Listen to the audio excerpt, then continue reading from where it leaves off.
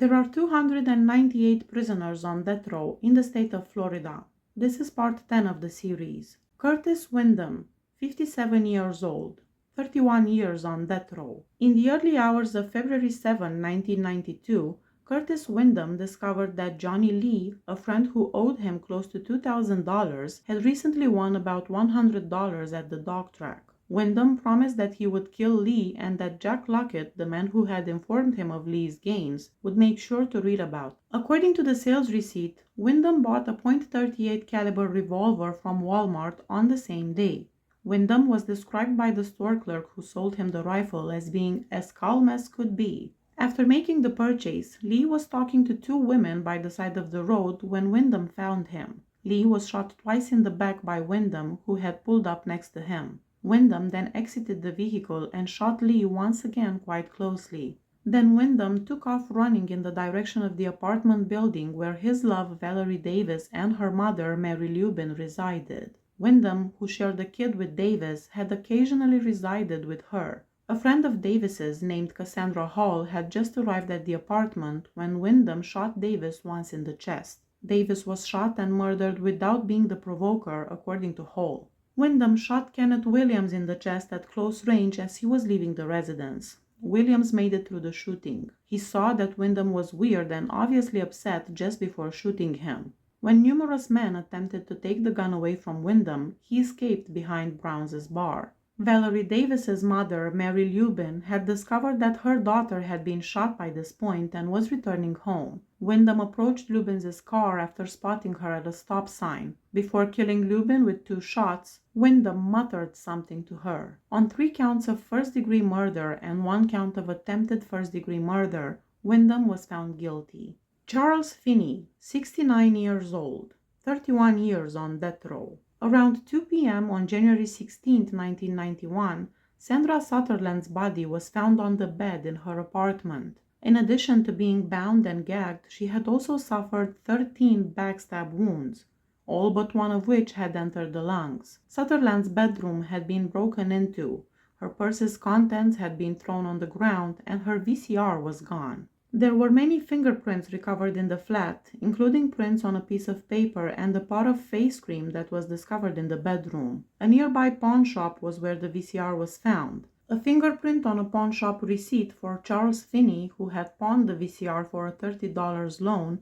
matched the fingerprint on the evidence discovered at the flat and on the VCR. FINNEY claimed that he was homesick and never left his flat when asked by police where he was on the day of the murder. When the police discovered that FINNEY had pawned Sutherland's VCR, FINNEY claimed that he had discovered it while putting out his rubbish and had pawned it for money. FINNEY used to live next door to Sutherland, but 8 months before the murder, she moved to a separate apartment in the same building.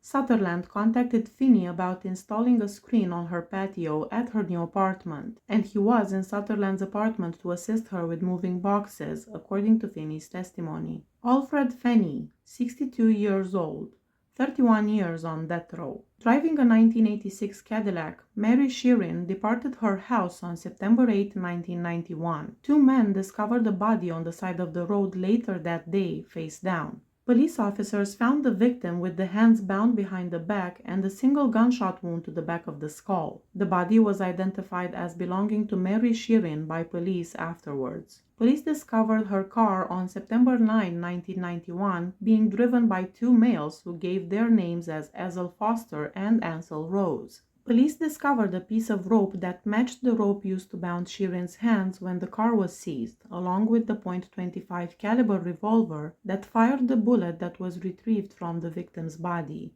Further police inquiry revealed that Alfred FINNEY was using the identity Ezel Foster and Michael Frazier was using the alias Ansel Rose. Police also discovered that Sheerin's ATM card had been used to withdraw money from her account. FINNEY and Frazier accused each other of being involved in the abduction and murder of Sheerin.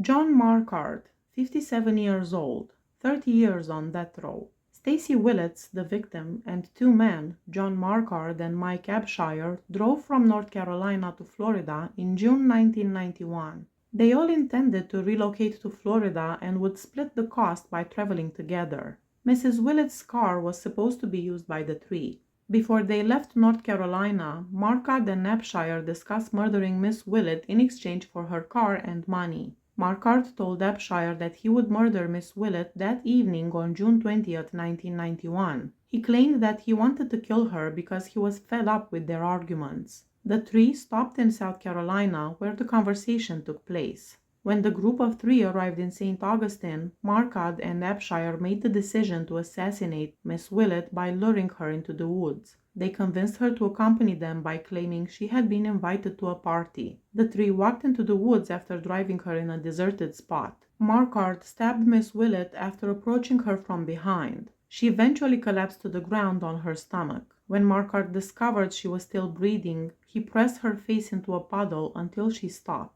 He then sat on her back. Then, when Mrs. Willett's body started to shake, Marquardt pushed her face once more into the puddle.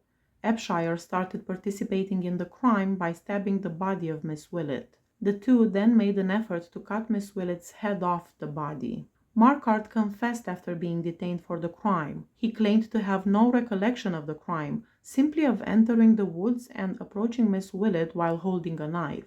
Abshire gave a thorough account of the slaying. Brett Bogle, 54 years old, 30 years on death row.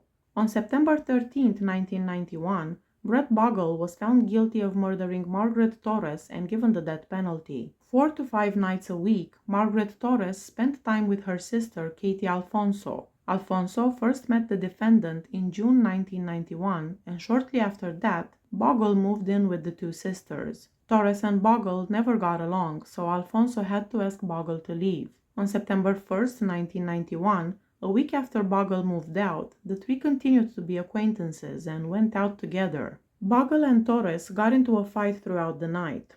To prevent Torres from calling the police, Bogle forced his way past Alfonso and through the screen door when the sisters refused to let him inside their home. If Torres informed the authorities and filed a report, Bogle threatened to murder her. A few days after the event, Bogle called Alfonso and threatened to kill Torres if she reported the incident to the police. On September 13, 1991, Bogle saw Torres in a nearby bar. According to witnesses, Bogle entered the bar unharmed and clean, and he and Torres had a brief conversation. 5 minutes after Torres left the establishment at 1 a.m., Bogle also was spotted leaving. Bogle's face was scratched, his rear end was wet, and his clothes were filthy when he was seen 45 minutes later outside the bar. The following day, Torres's naked body was discovered close to the bar. Medical examiners discovered she had been essayed and she had been badly battered. Her head had also been crushed with a piece of cement. The evidence matched Bogle's DNA. Frederick Cummingsell, 65 years old, 30 years on death row. Cummingsell was found guilty of killing his ex-girlfriend Katie Good and given the death penalty. Before their relationship ended, Frederick Cummingsell and Katie Good had been dating and sharing housing for a while. Good obtained a restraining order against Cummingsell after he assaulted her at a neighbor's home and proceeded to harass her. Good was repeatedly threatened verbally by Cummingsell, who said, "Katie, I'm going to murder you. I am going to murder you, Katie." He also said that he loved her and that nobody else could have her if he couldn't. The Good home was broken into by Cummingsell early on September 16, 1991. He went into Good's room where she was asleep and repeatedly stabbed her. While fast asleep next to Good, her 8-year-old son heard his mother screaming and saw Cummingsell punching her. Good's nephew, who was 20 years old, saw Cummingsell leave the scene while he was asleep on the bedroom floor. Cummingsell was met by Good's mother in the hallway as he was running away, and in his haste to get away, he knocked her to the ground. Good, bleeding and injured, stumbled from her chamber and cried out in her mother's arm, "Fred, Fred." Medical examiners came to the conclusion that Good died as a result of her numerous stab wounds. She practically drowned in her own blood as her lungs filled with fluid. After the attack, she was alert for a while and continued wondering what was taking the emergency staff so long, according to reports. Victor Jones, 62 years old, 30 years on death row. Matilda Nestor, 66 years old, and Jacob Nestor, 67 years old, were found dead in their place of business on December 19, 1990. New hire Victor Tony Jones was discovered with a .22 caliber automatic weapon under his arm, slumped over the couch in the main office. Jacob Nestor was discovered in the main office with a stab wound to the chest, while Matilda Nestor was discovered in the toilet with a stab wound to the back. The evidence shows that Jones attacked Matilda Nestor as she entered the restroom and Jacob Nestor as he was walking from the main office into the restroom. After being stabbed, Jacob Nestor went back to the main office and made an attempt to telephone for assistance. Then, after taking his .22 caliber revolver out of his holster, he fired 5 shots at Jones, striking him once in the forehead. Jones's pockets contained Nestor's cash and personal belongings. Jones' response to the question, "What happened?" was, "The old man shot me." After being brought to the hospital, Jones informed the nurse that he had to go since he had killed those people. Jones gave the reason, "They owed me money and I had to kill them." Please hit that subscribe button if you like my channel. See you next time. Bye bye.